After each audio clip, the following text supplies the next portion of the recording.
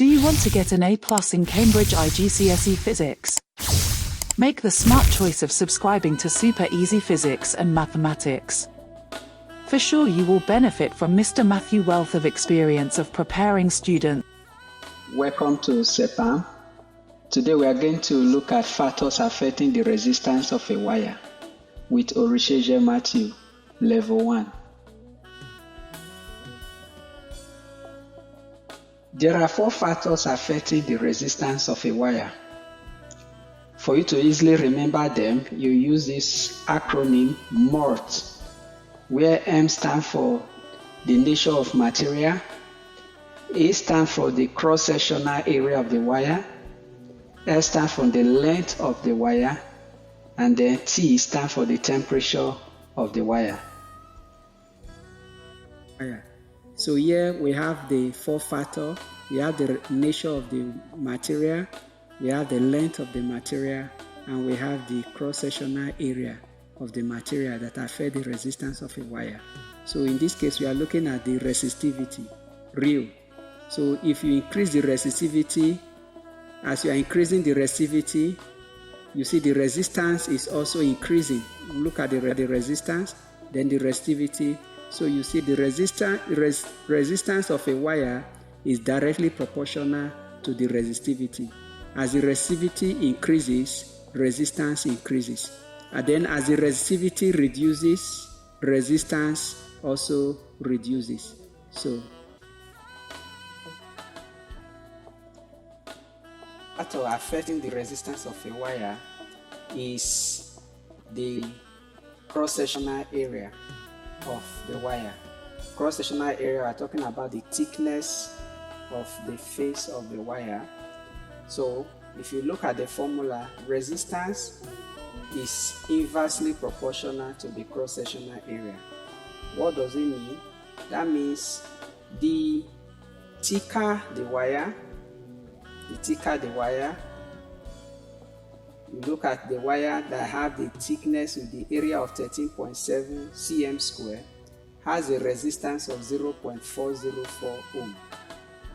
So, but if you reduce the thickness, make it to a thin wire, as you are reducing it, as the cross-sectional area reduced to 2.97 cm square, the resistance increased to 1.87 ohm. So if you look at it, the thinner the wire, the bigger the resistance, and then the thicker the wire, the smaller the resistance. Like in this particular one now, we have the blue wire, which is thicker, has a smaller resistance compared to the red wire, which is thinner, and then the thinner red wire has a bigger resistance. Given 3 wires of the same material and length, but with different diameter of thickness, we have the red wire. You have the red wire, which has a resistance of 30 ohm. You have the blue wire with the resistance of 20 ohm, but the area of this wire is bigger than that. And then you have the green wire, which is bigger than the blue one, has a resistance of 10 ohm. If all of them are the same length, as the thickness of the wire increase from A to C, that is the thickness going from the red, blue, green, as the thickness increases, the resistance of the wire decreases from 30 ohm to 10 ohm for the given length of the wire. Resistance of a wire is equal to the product of resistivity and length divided by the cross-sectional area. In this particular formula, the longer the wire, the bigger the resistance. So if you have a wire of 10 cm, the resistance is about 0.706 ohm. But if we make the wire longer, increase it to 16.8 cm length of wire, you will see that the resistance increased to 1.16 ohm. That means as the length increases, the resistance increases. And then the shorter the wire, if the wire reduces to 1.79 cm, you see that the resistance also reduces proportionally to 0.125 cm.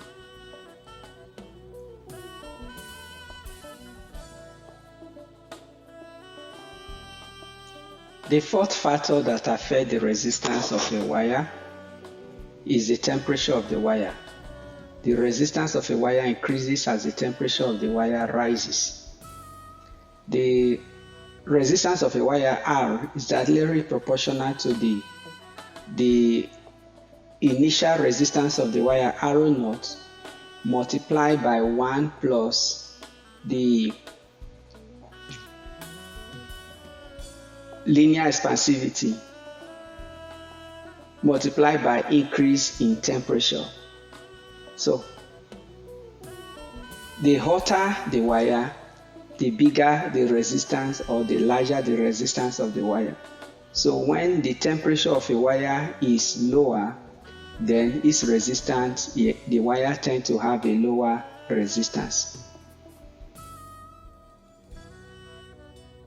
We are going to look at the resistance of a wire, the formula that you can use, combining all the equations, connecting all the factors that we have discussed so far.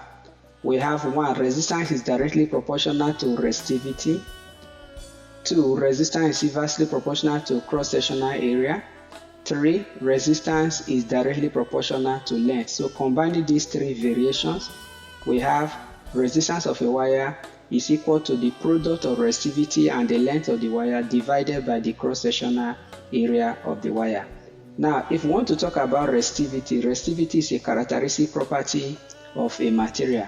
So the resistance of a copper is different from the resistance of aluminum because of the resistivity, or the resistance of aluminum is different from the resistance of any other conductor that you may use. So it's a function of the resistivity.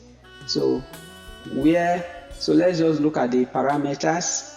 So we have R stand for resistance of a wire, ρ stand for resistivity of the wire, L stand for the length of the wire, and A stand for the cross-sectional area of the wire.